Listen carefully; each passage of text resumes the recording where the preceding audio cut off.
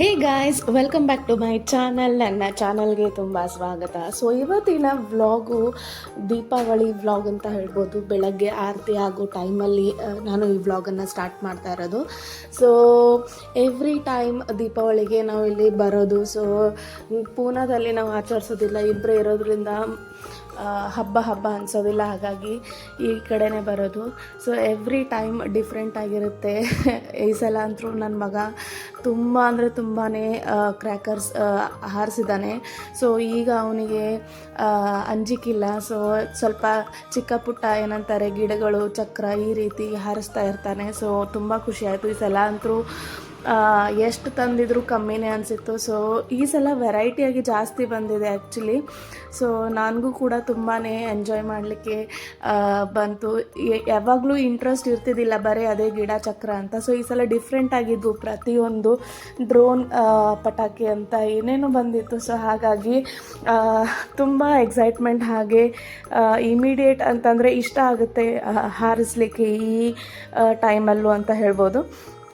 So ಬೆಳಗ್ಗೆ ಆರತಿಗೆ so ಎಲ್ಲರೂ ಮುಂಚೆನೇ ಎದ್ದು ಏನಂತಾರೆ, ನಾರ್ಮಲ್ ಎಲ್ಲರ ಮನೆಯಲ್ಲೂ ಇರುತ್ತೆ, ಬಟ್ ಕೆಲವೊಬ್ರು ಮನೆಯಲ್ಲಿ ಸ್ನಾನ ಮಾಡಿ ಆರತಿ ಮಾಡ್ತಾರೆ. ನಮ್ಮ ಕಡೆ ಎಲ್ಲ ಸ್ನಾನ ಮಾಡಲಾರ್ದೇ ಮಾಡೋದು. ಸೊ ಹಾಗಾಗಿ ನೋಡಿ, ಇವತ್ತಿನ ಔಟ್ಫಿಟ್ ತುಂಬ ಸಿಂಪಲ್ ಅಂತ ಹೇಳ್ತೀನಿ. ಸೊ ನನಗೆ ರೆಡ್ ಕಲರ್ ಏನಂತಾರೆ ಒಟ್ಟು ನಾನು ಟ್ರೈ ಮಾಡಿರಲಿಲ್ಲ, ಕುರ್ತಾ ಟೈಪು.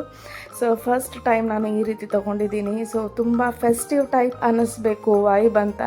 ಸೊ ಸಾರಿ ಇಲ್ಲ ಅಂದರೂ ಕೂಡ ಡ್ರೆಸ್ ಸ್ವಲ್ಪ ಫೆಸ್ಟಿವ್ ಟೈಪ್ ಗ್ರ್ಯಾಂಡಾಗಿ ಅನ್ನಿಸ್ಲಿಕ್ಕೆ ಒಂಚೂರು ರೆಡ್ ಕಲರ್ ಇದ್ದರೆ ಎಲ್ಲದಕ್ಕೂ ಸೂಟ್ ಆಗುತ್ತೆ. ಸೊ ತುಂಬ ಇಷ್ಟ ಆಯಿತು. ಮತ್ತು ಬಟ್ಟೆ ತುಂಬ ಚೆನ್ನಾಗಿದೆ, ಆಮೇಲೆ ಕಲರ್ ಕೂಡ ತುಂಬ ಎದ್ದು ಬರ್ತಾಯಿತ್ತು. ಸೊ ಹಾಗಾಗಿ ಇಷ್ಟ ಆಯಿತು ನನಗೆ. ಸೊ ಎಲ್ಲರದ್ದು ಆರತಿ ಆದ ನಂತರ ನಾನು ಮತ್ತೆಗೆ ಮಾಡೋದು, ಅವರು ನನಗೆ ಮಾಡೋದು, ಈ ರೀತಿ ಎಲ್ಲರದ್ದು ಆರತಿ ಆಯಿತು. ಸೊ ನನಗಂತೂ ತುಂಬ ಕಲೆಕ್ಷನ್ಸ್ ಬಂದುಬಿಟ್ಟಿದೆ. ಸೊ ತುಂಬ ಖುಷಿ ಆಗುತ್ತೆ.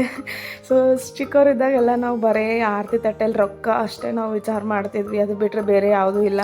ಸೊ ಈಗಷ್ಟಿಲ್ಲ, ಬಟ್ ಆದ್ರೂ ಒಂದು ರೀತಿ ಏನಂತಾರೆ, ನನ್ನ ಮಗ ಏನೋ ಅಷ್ಟು ತಿಳಿಯೋದಿಲ್ಲ.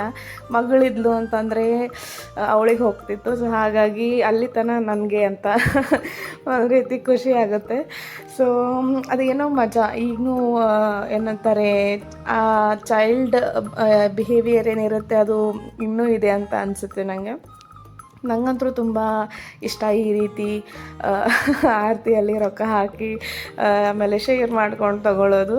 ಸೊ ಎಲ್ಲ ಆದ ನಂತರ ಇನ್ನೇನು ಈಗ ಪಟಾಕಿ ಶುರು ಮಾಡಬೇಕು. ಸೊ ಒಂದಿಷ್ಟು 2-3 ಚೆನ್ನಾಗಿರುವಂಥ ಫೋಟೋಸ್ಗಳನ್ನು ನಾನು ಏನಂತಾರೆ ತೊಗೊಂಡಿದ್ದೀನಿ, ಜಾಸ್ತಿ ಏನಿಲ್ಲ. ಸೊ ಲಾಸ್ಟ್ ಟೈಮಲ್ಲಿ ಗ್ರ್ಯಾಂಡ್ ಆಗಿತ್ತು. ಸೊ ಅದು ಕೂಡ ನೀವು ವ್ಲಾಗನ್ನು ಚೆಕ್ ಮಾಡ್ಬೋದು ಪ್ಲೇ ಲಿಸ್ಟಲ್ಲಿ ಹೋಗಿ. ಸೊ ಅವಾಗೆಲ್ಲ ಫುಲ್ ಫ್ಯಾಮ್ಲಿ ಎಲ್ಲ ಸೆಲೆಬ್ರೇಷನ್ ಮಾಡಿದ್ವಿ. ಈಗ ಯಾರೂ ಇಲ್ಲ. ಸೊ ಜಸ್ಟ್ ನಾವು 4 ಮಂದಿ. ಬಟ್ ಆದ್ರೂ ನನ್ನ ಮಗ ಆಟ ಆಡೋದ್ರಿಂದ ಸೊ ತುಂಬಾ ಎಂಜಾಯ್ ಮಾಡಿದ್ದೀನಿ ಈ ಸಲ ದೀಪಾವಳಿ.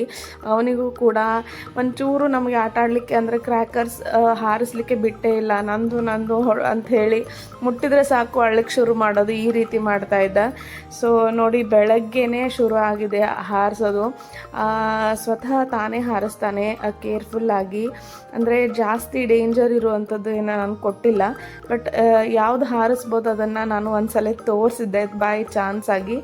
ಸೊ ಅದು ಎದಕ್ಕಾದರೂ ತೋರಿಸಿದ್ನೋ ಅಂತ ಅನಿಸ್ತು. ಅಷ್ಟು ಏನಂತಾರೆ, ತುಳಸಿ ಲಗ್ನದವರೆಗೂ ನಮ್ಮದು ಚೆನ್ನಾಗಿ ಬೋಣಿಗೆ ಆಗಿದೆ ರೊಕ್ಕ ಅಂತ ಹೇಳ್ಬೋದು. ಸೊ ಎಷ್ಟು ಕೊಟ್ಟರು ಸಾಲಂಗಿಲ್ಲ ಅಂತಾರಲ್ಲ, ಆ ರೀತಿ. ಸೊ ಇಲ್ಲಿ ಬೆಳಗ್ಗೆ ಆಲ್ರೆಡಿ ಆಗಿಬಿಟ್ಟಿತ್ತು ಆ್ಯಕ್ಚುಲಿ. 5:00ರಿಂದ 6:30 ಕತ್ಲಿರುವಾಗಲೇ ಏನಂತಾರೆ, ಪಟಾಕಿ ಹಾರಿಸಿದ್ರೆ ತುಂಬ ಚೆನ್ನಾಗಿ ಕಾಣಿಸುತ್ತೆ, ಲೈಟಿಂಗ್ಸ್ ಅಥವಾ ಫೋಟೋಸ್ ಚೆನ್ನಾಗಿ ಬರುತ್ತೆ.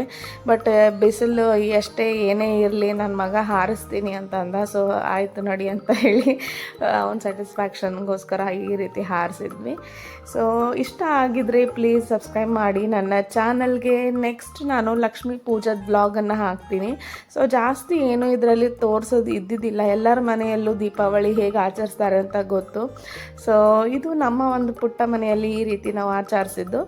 ಸೊ ಪ್ಲೀಸ್ ಸಬ್ಸ್ಕ್ರೈಬ್ ಮಾಡಿ ನನ್ನ ಚಾನಲ್ಗೆ. ಮತ್ತು ನಾನು ಮುಂದಿನ ವ್ಲಾಗಲ್ಲಿ ಲಕ್ಷ್ಮೀ ಪೂಜೆ ವ್ಲಾಗಲ್ಲಿ ನಾನು ಬರ್ತೀನಿ, ಅಥವಾ ಏನಂತಾರೆ ಶೇರ್ ಮಾಡ್ತೀನಿ ಅವತ್ತಿನ ದಿನ ಹೇಗಿತ್ತು ಅಂತ. ಆ್ಯಕ್ಚುಲಿ ಒಂದೇ ದಿನ ಅಂತ ಹೇಳ್ಬೋದು. ಲಕ್ಷ್ಮೀ ಪೂಜಾನೂ ಅವತ್ತಿನ ಅವತ್ತಿನ ದಿನವೇ ಬಂದಿರೋದ್ರಿಂದ ಅವತ್ತು ಸಂಜೆಗೆ ನಾವು ಮಾಡ್ತಾ ಇರೋದು ಲಕ್ಷ್ಮೀ ಪೂಜೆನ. ಸ್ವಲ್ಪ ಲೆಂದಿ ಆಗುತ್ತೆ ವ್ಲಾಗ್ ಅಂತ ನಾನು ಅದನ್ನು ನೆಕ್ಸ್ಟ್ ವ್ಲಾಗಲ್ಲಿ ಹಾಕ್ತಾ ಇದ್ದೀನಿ. ಸೊ ಆ ವ್ಲಾಗಲ್ಲಿ ನೀವು ನೋಡ್ಬೋದು, ಅಥವಾ ಈ ವ್ಲಾಗಲ್ಲಿ ಅಷ್ಟು ಐಡಿಯಾ ಇಲ್ಲ ನನಗೆ. ತುಂಬ ವೆರೈಟಿ ಆಫ್ ಕ್ರ್ಯಾಕರ್ಸ್ನ ನಾನು ನಿಮ್ಮ ಜೊತೆ ಶೇರ್ ಮಾಡ್ತೀನಿ, ನೋಡಿ ಎಂಜಾಯ್ ಮಾಡಿ ಅಂತ ಹೇಳ್ತೀನಿ. ಸೊ ಬೆಳಗ್ಗೆನೇ ಸೇಮ್ ಔಟ್ಫಿಟ್ ಇತ್ತು, ಈವ್ನಿಂಗ್ನೂ ಅದೇ ಇತ್ತು, ಬಟ್ ರೆಡಿ ಆಗೋದು ಬೇತ್ರ ಡಿಫ್ರೆಂಟ್ ಆಗಿತ್ತು, ನೀವು ನೋಡ್ತೀರಾ ಮುಂದೆ. ಸೊ ಹಾಗಾಗಿ ಜಸ್ಟ್ ವೇಟ್ ಮಾಡಿ. ಸೊ ಥ್ಯಾಂಕ್ ಯು ಸ್ವಲ್ಪ ಪೇಷನ್ಸ್ ಇದ್ದಿದ್ದಕ್ಕೆ. ಆ್ಯಕ್ಚುಲಿ ತುಂಬ ಲೇಟಾಗಿ ನಾನು ವ್ಲಾಗ್ ಮಾಡ್ತಾಯಿದ್ದೀನಿ, ಸಾರಿ.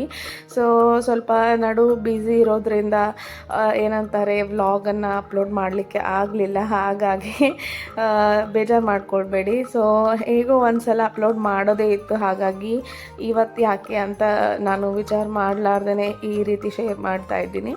ಸೊ ಮತ್ತು ನಾನು ಮುಂದಿನ ವ್ಲಾಗಲ್ಲಿ ಸಿಗ್ತೀನಿ. ಸೊ ಅಲ್ಲಿವರೆಗೂ ನೋಡ್ತಾ ಇರಿ, ನಗ್ತಾ ಇರಿ, ಖುಷಿಯಾಗಿರಿ, ಸಬ್ಸ್ಕ್ರೈಬ್ ಮಾಡೋದನ್ನು ಮರಿಬೇಡಿ.